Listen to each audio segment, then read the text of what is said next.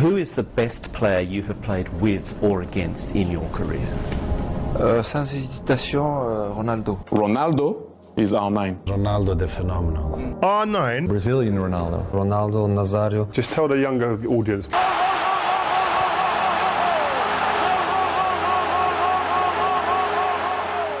Before Cristiano, before Messi, there was a player who felt like an act of God, a force of nature so complete, so devastatingly brilliant, that the world didn't need a clever nickname. They just called him O Fenomeno, the phenomenon. He didn't just play football. He broke it, bending the game to his will with a blend of explosive power and impossible grace that no one had ever seen. He was the undisputed king, on a fast track to becoming the greatest of all time. But fate had a different, much crueler script in mind. This is the story of Ronaldo Nazario, the GOAT the world was forced to forget. Zlatan Ibrahimovic, a guy who isn't exactly famous for handing out compliments, said this. Anybody could do that move, but when he did it was like, what happened?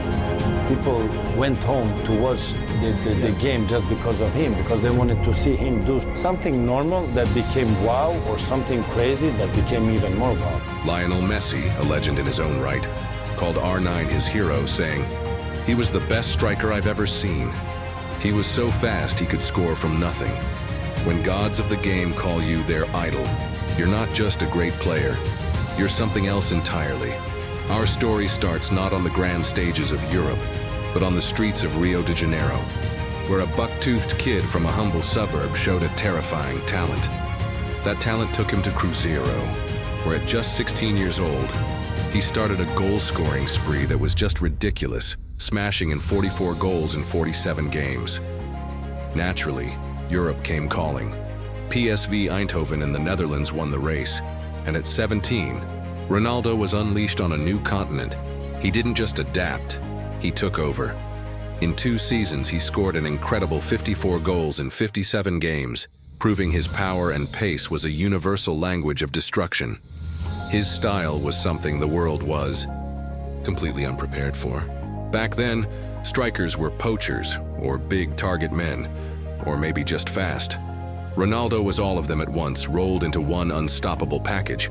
He had the blistering acceleration to leave defenders looking like they were stuck in mud, the raw strength to shrug them off if they got too close, and a silly level of skill, like his signature elastico, that was just beautiful to watch.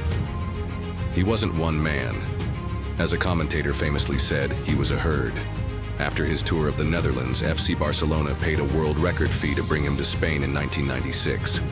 What happened next was maybe the greatest single season any footballer has ever played. For 49 games, the 20-year-old Ronaldo Nazario wasn't human. He was a footballing deity, scoring 47 goals. But the numbers don't do it justice. You had to see it. The goal against Compostela is the stuff of legend. It's basically Ronaldo in a bottle.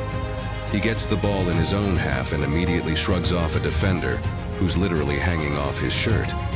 He just explodes forward, a blur of motion, weaving between players who seem to be moving in slow motion.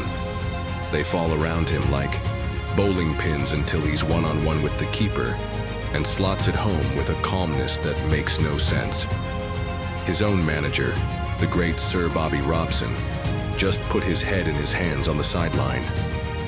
He'd never seen anything like it. That year, he became the youngest player to ever win the FIFA World Player of the Year. He was, without question, the best player on the planet. It wasn't a debate, it was a fact. His time at Barca was short. Contract issues led to another world record move, this time to Inter Milan in Italy's Serie A, a league famous for its brutal Loctite defenses. The challenge was meant to be harder, and yet the result was the same. He was still unstoppable. He won his first Ballon d'Or at just 21, becoming the youngest player in history to win the award. The Italian press, totally in awe, gave him the nickname that would stick forever, Il Fenomeno. He was at the absolute height of his powers. By age 23, he'd already scored over 200 goals for his clubs and country. The conversation wasn't about if he was the best in the world, but if he would become the best in history, and then tragedy. On November 21st, 1999, his knee buckled, a ruptured tendon. The phenomenon was mortal. He spent months in grueling rehab. Then on April 12, 2000, he returned in the Coppa Italia final. The stadium roared for its king. Just 6 minutes in, he tried one of his signature stepovers. His knee didn't just buckle, it exploded. His physio later called it the worst football injury he'd ever seen, saying Ronaldo's kneecap had shattered and ended up in the middle of his thigh. The collective scream of players from both teams told the entire story. The stadium fell into a horrified silence as Ronaldo writhed in agony. It felt like more than an injury. It felt like the death of an era. Many believed his career was over. For nearly 3 years, Ronaldo was a ghost, lost to the football world, enduring surgery after surgery and endless painful rehab. By the time the 2002 World Cup in South Korea and Japan rolled around, he was a giant question mark. He'd barely played. Experts and fans were skeptical. Could he ever be the same player? What followed is one of the greatest comeback stories in all of sports. To get the press off his back about his fragile knee, he showed up with that famously awful haircut. He figured if they talked about his hair, they wouldn't talk about his fitness. Then, he let his boots do the talking. He wasn't the same explosive player who had terrified Spain, but he was smarter, more clinical. He formed a legendary attack with Rivaldo and Ronaldinho. He scored, and scored, and scored again.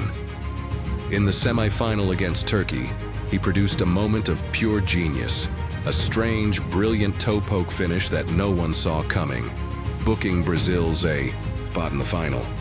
The final was against Germany and their titan of a goalkeeper, Oliver Kahn, who had been the best player at the tournament. In the second half, Ronaldo pounced on a rare mistake from Kahn to score. Minutes later, he sealed it with a perfect first-time finish. Brazil were world champions for a 5th time, and Ronaldo, with 8 goals, was the Golden Boot winner. Tears streamed down his face. He had been to hell and back. This was redemption. His World Cup heroics earned him a move to Real Madrid, joining the famous Galacticos alongside Zidane, Figo, and Beckham. He wasn't the guy who would run from the halfway line anymore, but he was still a goal-scoring machine. He built his game on razor-sharp movement and lethal finishing, winning one La Liga title. His hat trick at Old Trafford against Manchester United was so incredible that the entire stadium, home of the opposition, gave him a standing ovation when he was subbed off. But the injuries had taken their toll. His body kept betraying him. He had stints at AC Milan and then Corinthians back home in Brazil. The flashes of brilliance were still there, but the explosive force that defined him was gone for good.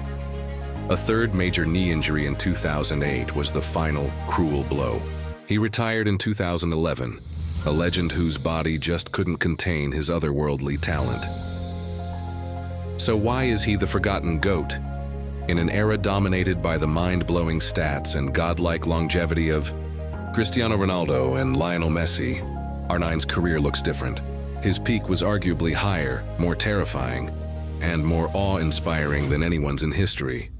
Jose Mourinho, who worked with him at Barcelona, said flatly that, "If we are talking strictly about talent and skill, nobody surpasses Ronaldo, but the injuries robbed him of that decade-long run of dominance that defines the modern GOAT debate." The question with him is always, what if? What if his knees had held up? What if we'd seen another 5 years of the Barcelona and Inter phenomenon? The numbers, the Ballon d'Ors, the league titles, the Champions League trophy he famously never won, might have put him in a category all by himself. He is forgotten only by those who count trophies above all else. For those who watched him, for the players who faced him, and for the generation he inspired, he is not forgotten. He redefined what it meant to be a number 9, proving a striker could be a creator, a dribbler, and a powerhouse all at once. He was the blueprint. What do you think? Where does a peak Ronaldo Nazario rank among the all-time greats? Was he the most purely talented player to ever touch a football? Let me know your thoughts in the comments below. And if you think his story needs to be told, make sure to like and subscribe.